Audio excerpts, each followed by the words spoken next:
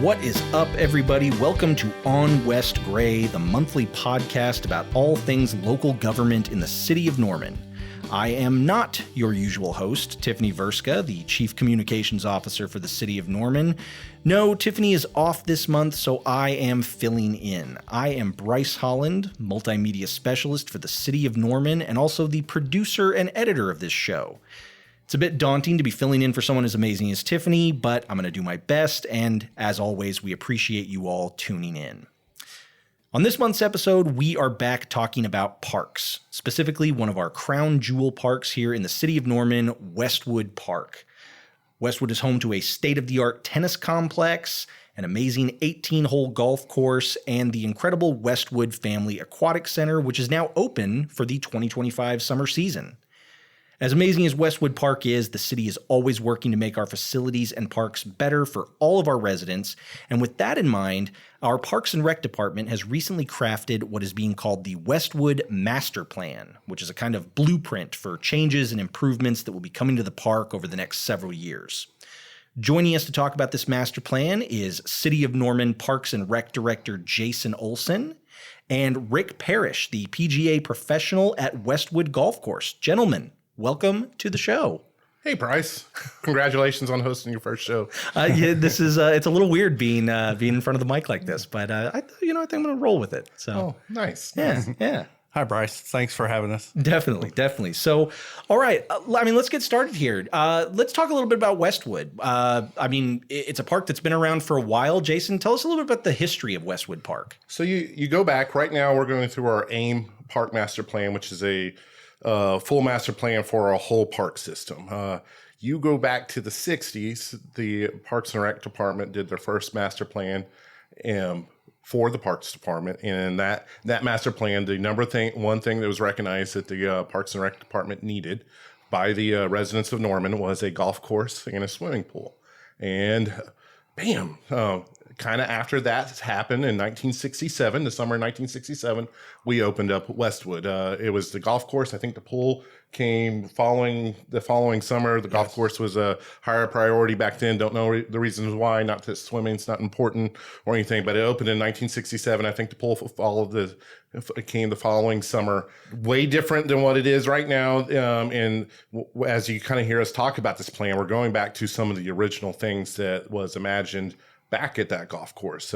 They had a lot of open drainage, the Merkle Creek that went through there.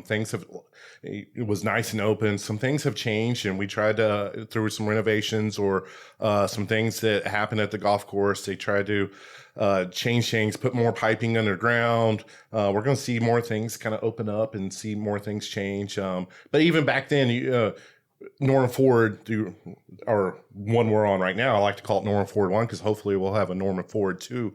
But the first project that was done in that was our Westwood pool. And you go back and look at the pool, and I think everybody remembers the Westwood pool from it was late 2000. Something like that. I remember the old pool. The old pool was fun. I liked the old pool. It was over 50 years old, and it was about time to change, and for that to change. And now we're kind of at that point at golf and tennis. We have a clubhouse that's way past its expiration date.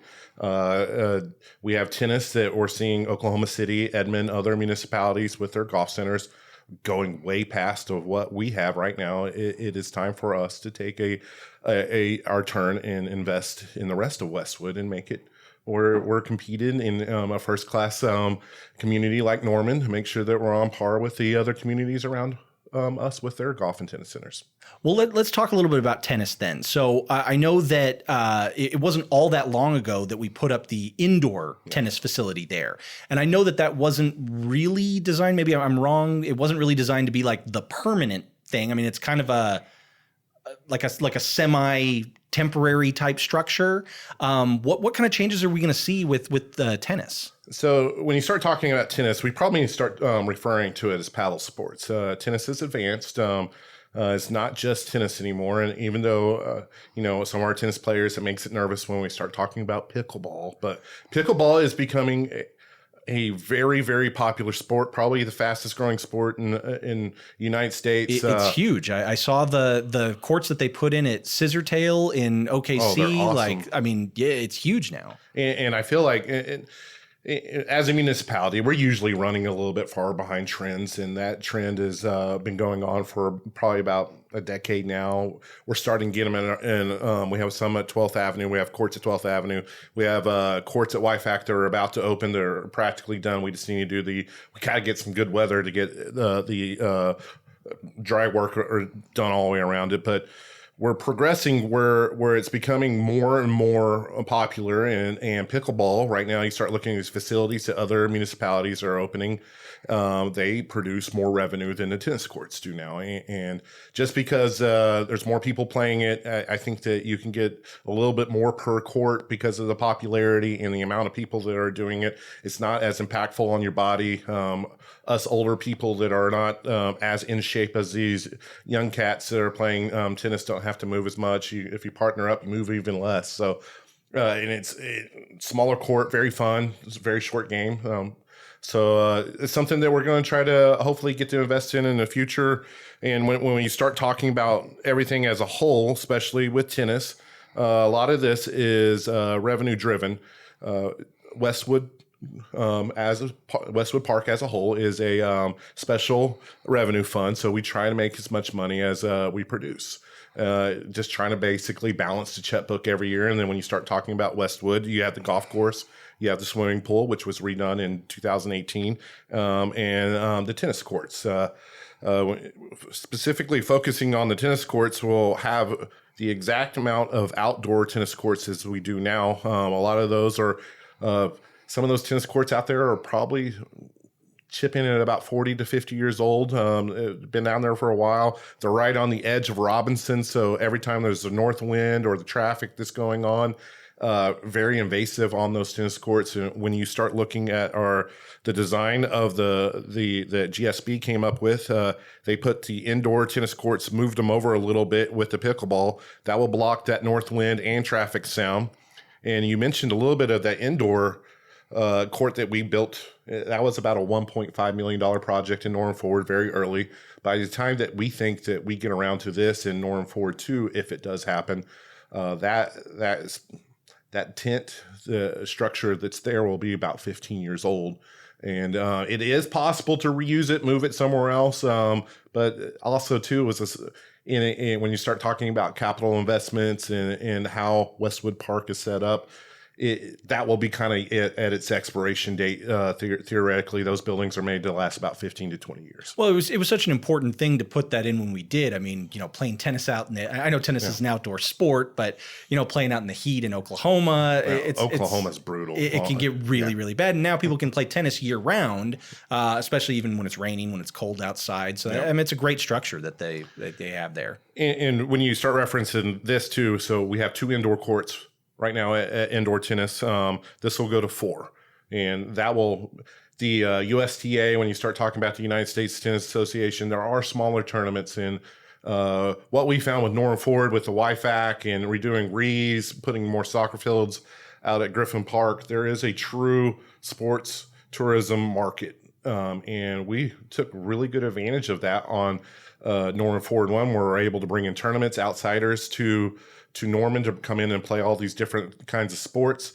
What is cool about doing that with Norman Ford, that not only are you creating a sports tourism market, but by upgrading all these parks, you're also helping your residents and quality of life of the people that live here, because believe it or not, that sports tourism market is secondary. We're taking care of our residents. It's just an added advantage. And when we get to do this to Westwood, both upgrade golf and tennis, it's going to be, first of all, we're taking care of our residents right here in Norman, but on the secondary, we're going to create a whole lot of sports tourism, which takes care of our hotel rooms and our restaurants and our shops all around Norman. It bleeds over, and it's really awesome what we've done so far. Well, and it's great getting to see some of these other sports getting some more attention. I mean, I know we've had the big baseball renovation at Reeves. We've got, the soccer fields at Griffin have gotten, such an awesome facelift. We've got, of course, basketball at the YFAC. So it's nice getting to see, golf and tennis now getting a little bit more of that love. I kind of want to backtrack a little bit. So talking about kind of, one of the big things looking at that master plan is sort of, I know people coming into Westwood right now, they come in off 24th Street usually to come into that parking lot. It looks like that's going to kind of change for people. People will now be coming in off of Robinson to come into Westwood. Talk a little bit about that kind of realignment. So in the 60s, when this was created, 24th butted right up against Westwood as it is now. Those businesses where you kind of look at that Bank First and you go there and you have Carl's Jr.'s and all those other businesses that go a little bit farther. Those did not exist. 24th ran straight right in front of Westwood. And you even go farther north when we start talking about the YFAC, when they were out there doing demo or doing earthwork out at YFAC, they found the old 24th that was existing right in front of the YFAC. So, I mean, it was a straight line. And then at some point, I think in the 70s, they decided to move that out and change the route 24th. So one of the ideas of this, and that 24th does not have any street frontage, or 24th does have street frontage. Let me rephrase that. Westwood does not have any street frontage. And this is an opportunity when we get to kind of rearrange everything and make it optimal for a park. We think the turn in or a viewability on Robinson is a great opportunity for us to take advantage of. We also own the IMSA area. We've talked to Norman Regional. They are aware that building is also was built in the 70s. It's past its useful life. Hopefully we can find a new home for IMSA, and we can, the juvenile center that was on the east side of Westwood on Robinson, that's already been demoed. We're talking about taking golf maintenance and putting it over there. So just kind of rearrange. You don't typically see your golf maintenance right by your pro shop. So it's just something to make it more functionable. When we move maintenance over farther where the juvenile center used to be, now they'll have easier access to the full course instead of kind of up there by the clubhouse, and you don't really want your members hearing the machinery or the mower starting up in the morning. So it'd be nice to move that off, but this a great, more functional park when you get a chance to, and this is kind of a dream, and I will say that the price tag, when you look at it, I know it's a little bit of a shock, but first think of, we're talking about money that's probably going to be spent in 2030 something. So first of all, that's going to be a little bit more expensive, but also there hasn't been a renovation since this place has been built in 1967 to the golf clubhouse. It is the original clubhouse. It is. It's. I still think it's a great facility there and everything like that. But it is kind of funny when you see the juxtaposition of the brand new aquatic center, all bright and shiny and new, next to the clubhouse that was clearly built a few decades ago and kind of reflects that sort of design sensibility. So talking about golf, let's kind of transition over to that. Rick, I kind of want to talk a little bit about your history at the golf course. How long have you been out at Westwood Golf Course? I came to Westwood in February of 1995 as an assistant golf professional. Excellent. Okay, so you're a PGA professional. So Yes. you're that's the highest level of golf there is. Honestly, I do not know much about golf. So tell me a little bit about what that means. PGA professional is somebody that runs the golf course, and it's different from a professional PGA player. Okay. So we handle everything from tournaments to lessons to academies, group lessons, all that stuff. So what does a day look like for you at the golf course? What are you doing there? Managing invoices for merchandise, running junior academies, running first tee, may have a shotgun start golf tournament, may have a tee time start golf tournament. Oh, that's awesome. So, okay. So, we're making all these big changes. Tennis is one of the big ones that we're going to see because it's kind of right there at the front of the facility and everything. But obviously the golf course is the biggest part of this. I mean, if you're talking about the volume of Westwood, it's, well, like 3/4 of the whole park, really. Right. What kind of changes are we going to see coming with this master plan? Okay, so we are trying to add yardage to the golf course so that we can have some of the bigger junior tournaments like the OJGT and the USJGA. That's a mouthful. Yes. And so we're trying to get to as close to about 6,500 yards as we can. So we're rerouting about 14 holes, which is going to improve the golf course. And, of course, we're going to have covered tees for our driving range. And hopefully we'll light the driving range so that we can make money at night also. That would be huge. I know, the heat of the day going out to the driving range, that's the worst, but if people could go at night once the sun's down, that'd be, I know my experience with golf really doesn't go beyond going to Top Golf and, having some drinks with some friends while we, drive balls out there. Right. Yeah. Top Golf's fun. Yeah. They have good food too. They do. They have really good food. and I think that would be the general idea of, we have covered tees out there, lighted golf range. The driving range would be close to the restaurant where. Oh, you'd be able to have that kind of top Yes, golf type experience. Exactly. So this exact same architectural firm just did Early Wine Golf Course, and that just opened up a few months ago. So their first warm month, which we can kind of consider as your golf season, April, then May, but their first true warm month that they were opening, they did $70,000 in tokens for their driving range. And just to kind of put that on record, and this is an Oklahoma City public municipal course, just so people can grab it, $70,000 is a lot. That was more than any other month that the other 3 courses had combined. Oh, wow. So if you figure out how to do it correctly, and we're talking about the efficiency being a special revenue fund, if we do it correctly, that just helps us make this golf course more independent and then less dependent on the general fund of the city. And that's kind of what we're aiming for. Talking about kind of expanding the yardage of the golf course. So again, I am a total layman. Well, layman doesn't even describe it. I know virtually nothing about golf, which is funny because my dad was a big golfer growing up, but it was the one thing that I was not into. I'd rather sit at home and read comic books than go to the golf course. So, expanding that yardage out, how does that compare to like the big golf courses that you see on like the big televised tournaments and stuff like that? Like would that put us like comparable with those kind of courses? We would, no, not, we're at 6,200 yards right now, and we're trying to get to somewhere between 6,400 and 6,500. And most of the PGA courses, they're playing probably close to 7,000 yards. Oh, okay. Okay. Yeah. Wow. So, but that still kind of puts us, approaching those sizes. Yes. So, Rick, when you get around 6,400 to 6,500 yards, what kind of tournaments does that put you eligible for that we're not getting now? It's the higher grade junior tournaments. And what about the high school? We could probably have more boys high school. Right now it's about 6,200. We're really good for girls high school tournaments. And we've hosted a few state tournaments out there. The 3A state we hosted, I think, 3 or 4 years in a row. And we've had some 6A regionals. It's a great yardage for girls. Awesome. Okay. Well, so let's also talk about the clubhouse. I know we've got the restaurant in there, we've got the pro shop and all that kind of stuff. This master plan, would we be seeing like that clubhouse getting kind of leveled and rebuilt? Yeah, it'd be a complete redo of the clubhouse. Like we said, that clubhouse was built in 1967.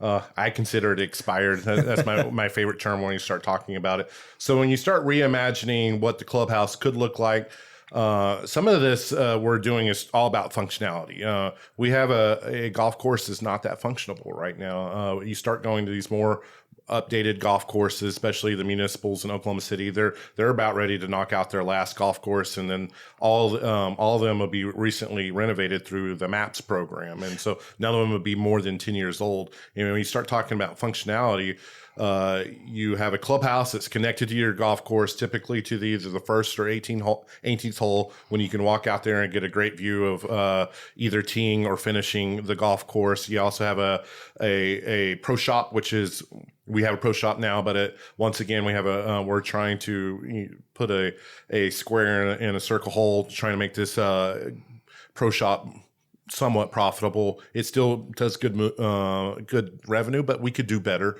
And then after that, you start talking about teaching. Right now, and Rick can probably touch on this a little bit, not very functional for teaching lessons. Our main thing is, especially being a municipal golf course, we want to make sure that we grab the interest of children when they want to play golf. We want to make sure that the golf course is affordable for kids. And it's going to stay affordable for kids because those are our future golf customers. And when you get addicted to a sport like golf and you get good at a very young age, you're going to see those kids starting aging and becoming adults, and they're going to be our future customers, future members of that. And then further, when you start talking about what is probably the most profitable portion of a clubhouse is a restaurant. Right now we have a grill. We're able to do burgers. We're able to do sandwiches, some fries, beer, wine, very limited on our alcohol, which we can do, which is also profitable for a golf course, and the events that come with that. We have no event space at Westwood. Once again, you go to an Oklahoma City municipal course or you go to Kicking Bird up in Edmond, the event space that they have to not only attract, and these are the more casual tournaments when you start talking about your average fundraising tournament that's attached to a nonprofit or a school. It makes it better for them because now they can have their events inside, which we don't have enough space to do that right now. You can have a comparable restaurant for them to get food and beverage from, which we kind of have that right now, but it could be better.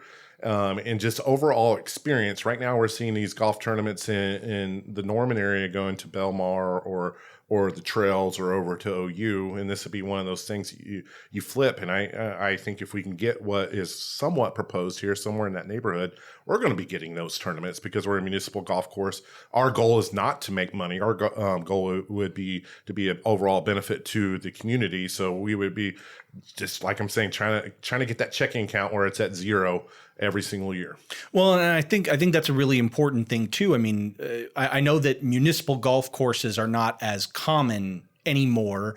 A lot of cities, I think, are moving away from, having a big giant, space that is sort of niche in its way, but having a space that the city provides, making it a lot more affordable than like the private courses that we have in Norman. I mean, I know we have some very nice private courses here, but talk about that a little bit. Like what is our pricing compared to something like Jimmy Austin at OU or anything like that? And I think Rick probably can touch on this a little bit better than what we do, but we do a market study every single year and make sure that we're within reason of Oklahoma City. Where I don't think our prices in the past, I'm guessing 15 years, have been higher than Oklahoma City's. We're always a dollar or two cheaper. Now you start going to Kicking Bird, which did a really, really awesome renovation of their golf course. I think they're about $15 more expensive. That's a municipal course. And then that's when you start talking about the comparables. I think we can compare ourselves a little bit to John Conrad. Yes. Out in Midwest City. We're in the same neighborhood and we're probably a little bit more expensive than they are. When you start comparing to like an OU or a Belmar or even the Trails, and we're way cheaper than them. It's not comparing really apples to apples. And I guess when I say comparison, really talking about like the fact that having a municipal court like this that the city provides makes it a lot more accessible for people, because I think some people could be, they could seize a lot of these private courses, or privately owned courses and go, oh, it's really expensive to play there. But, the city provides something that's much more affordable, much more accessible, open to basically anyone. Yeah. So with cart, correct me if I'm wrong, Rick, it's about $50 to go out there and play around. And if you did the exact, to be correct, 51. Okay. If you did the exact same thing at OU, I think you're probably in the 140 to 170 range. Yeah. And I understand. I mean, there's a lot of amenities that come with those private courses, but it's nice having that accessibility that the city provides. Yeah. And one thing that we've done for the kids is we've partnered with Youth on Course. So they can join Youth on Course, and then they can come play Westwood for $3. Oh, wow. Okay. Yeah. I mean, boy, that makes it very accessible. Yes. So what's our regular green fee for kids? 10. Okay. And then we do days during the summer if I hope we're still doing this. I'm putting you on the spot now, Rick. There's a few days during the summer that we, if like a dad or a mom brings their kid, the kid gets to play for free. Yes. Oh, that's awesome. That's awesome. Well, so we're talking about expanding some of the yardage, doing the new clubhouse. With the expanding of the yardage, will there be like new landscaping done of the course? Yeah. So that's one of the things we did is. I want to make sure because I always call him Craig, but it's Meyer, Craigs, and Coyle is the golf course designer, a little bit different from the architect that's doing everything else. We're working with them on a beautification plan of the golf course, and we hope, because when we get to redo the Westwood, if it's 5, 10, or 15 years, one of the things is that there's some areas we've had a really, really hard time with trees. In storms and things in the past 10 years at Westwood. We've probably lost, I'm guessing, 150 trees over the past 10 years. So when we start talking to our golf course designer, one of the things is we wanted a beautification plan. There are general areas of the golf course that aren't going to change, and we hope to get in there and start improving landscaping, get more natural areas. And I kind of call them I'm trying to think of the word, but it's not really natural areas because we still have to go in there and treat those to make sure that certain invasive species of weeds and things don't pop up. But we need to get trees planted immediately because you don't want to start planting trees if you're doing your golf course renovation in 2033. Last thing you want to do is plant trees in 2033. It'd be nice if those trees were mature by then. You want something that can actually provide some shade instead of saplings. So we're going to have a beautification plan. Once this gets adopted, we're going to start working a little bit year by year to implementing these natural areas, planting trees, and getting rid of some of our invasive trees or trees that are on the golf course that are dying or already dead, and replanting a bunch of those trees that we've lost because it's been brutal. Ice storms. I think that I'm just guessing out of the past, like 4 or 5 tornadoes, even if they're small, they've gone right by Westwood. Oh, God. We've lost some trees. Yeah. It's been rough. So, yes. Well, so we've talked about tennis, we've talked about golf. Let's talk about the last part of Westwood that we've touched on a little bit. Let's talk about the aquatic center. It's not that old. I mean, I remember, they opened it literally right after I started working here, which was kind of cool to be there for that grand opening of it. And I know that it is, God, I've already got my kids just every day. Dad, are we going to the water park? We going to the water park? I mean, I know that's what we want. That's absolutely. I mean, I know how popular it is and everything. With this master plan, new water park, what kind of changes might we see at the aquatic center? So not specifically mentioned in this plan. I think by the time that we get to a norm forward, we do need to make sure that we have money to give it a refresher. I think the Westwood as a whole, when you start talking about Westwood Family Aquatic Center, is in a good spot. You start, and I will tell you, anybody this, other towns come to us trying to figure out what we did as a formula there.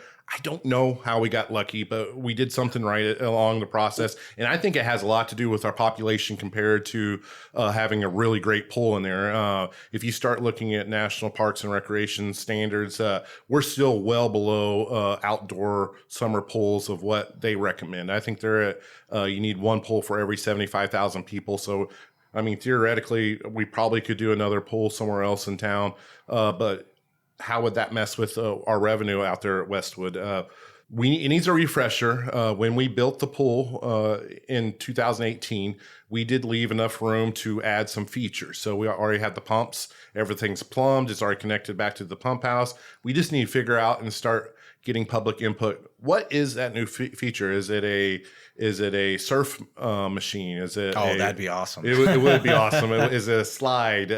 Is it another pool? What else could we do that in an off season to do a slight renovation when it was something that was cut out of the original project. We had, when you go over there and you talk about where the diving board is, that was a vision as a full brick wall with a slide that comes out of there and a dive board that goes off the top of the rocks. I mean, those are the things you can add in. Now, at this point, maybe you're looking at a $3 or $4 million renovation of that to get new chairs, get the place refreshed, painted, and getting look like new whenever Norm Ford or the Westwood renovations come back. I mean, we're what, 6-7 years on now, and it still looks great. I mean, it's still a really, really great looking facility. And I every time I go by there during the summer on the hot days, it's packed to the gills with people. So you talk about Westwood Family Aquatic Center. One, we get over 7,000 pass holders, which is crazy. In 90 days, we almost do $1 million worth of revenue, which we kind of get pretty dang close to spending every single cent of that because we have 160 teenagers. And I always think when you start talking about economic benefits, when you pay a bunch of 160 teenagers $12 an hour, how many of those kids are actually keeping those $12 an hour in their pocket? When I was a kid, as soon as I got money, I was at buying a video game or immediately. I was immediately Chick-fil-A, the mall or doing something. Yeah. Money came in, it went right out. So and it's cool. It's a great place. Families love it, and we need to keep that place fresh and new. And hopefully, we get to when Number 4-2 comes around, and if we get a yes vote, we'll reinvest in that and give it a quick refresh and a couple of new features. That's awesome. Well, so, we've got this master plan for Westwood, Jason. I also wanted to kind of ask, what other kind of changes to our parks might we be seeing in the future? Do we have any other, we've got the AIM plan that we've done, the kind of the big parks master plan. Is there any other like big parks changes around town that you can talk about? What you're seeing with us right now, we learned one big thing from Norm Ford. One is that we went into, Norm Ford is great and it's changed our park system. It's changed our town. It was awesome. Towns are coming to us to figure out, what we did and how to invest in the quality of life. The biggest problem with what we did on Norm Ford, one is we went into a bunch of projects not having a fully etched out plan. So we didn't have accurate cost estimations. We didn't have locations nailed down where these parks were going to go. I think this next round, if when it comes up Norm 4-2, our hope is to have all the cost estimation master plans done, so we know what the park's going to look like, where it's going to be located, what's an accurate price range, what can we fit in for this budget, what does our public truly want if we redo this. So I think Norm 4-2, you're going to see finishing master plans out at Ruby Grant, out at Saxon, out at Griffin, out at Reeves. We got a master plan that's recently done at Andrews Park. Of course, we're about ready to get Westwood adopted. Then you start talking about what new things that need to be done. What we're hearing, especially through the AIM master plan, is our cultural centers. Sooner Theater, the Depot, the Moore Lindsay House, Firehouse Art Center. That's all stuff. They're very old buildings that have a very valuable piece in our community, and we need to make sure that those pieces, one, are going to last another 50 years after we do this, and make sure they're all ADA accessible, and make sure that they're set up for what they need to do to operate as best as they can as a business, so they can be financially independent from the city. So those are some of the things I think you'll probably see when you start talking about Norm Ford in the future, but we're just trying to make sure that we get all of our plans straight and have accurate cost estimations going into these. That's the reason you're seeing us do some of these master plans. It's exciting. It's really exciting because it's such a big thing in Norman, our park system. We have, how many parks do we have? 60, 70? We're at 69 right now. 69 parks. We'll be at 71 by the end of the year. Oh, that's exciting. No, it's such a huge thing for everybody. And I think a lot of people don't realize that, the Depot, the Firehouse Art Center, those are also part of the city. They're part of our park system and everything. It's very exciting that we have all those things to offer to everyone. We're lucky. We live as a parks director. I can't imagine a better place to live or work or be a park professional. Norman loves their parks, and we're very fortunate that we have a community that wants to reinvest in our parks and have a nice quality of life. So thank you. Absolutely. I'm very excited to see what the future holds for, such an amazing park. So. Yeah. Well, gentlemen, thank you for joining us today. Really appreciate you having you both here. Thanks for joining us. Thank you, Bryce. Thanks, Bryce. Questions or commentary about On West Gray can be sent into public affairs at normanok.gov. On West Gray is produced by Bryce Holland of the City of Norman Communications Office. That's me. Be sure to visit normanok.gov/Norman-news to enroll in e-notifications from the City of Norman. Until next time, stay engaged, stay informed, and always remember to cast a ballot. Again, I am Bryce Holland. Thank you for tuning in to On West Gray.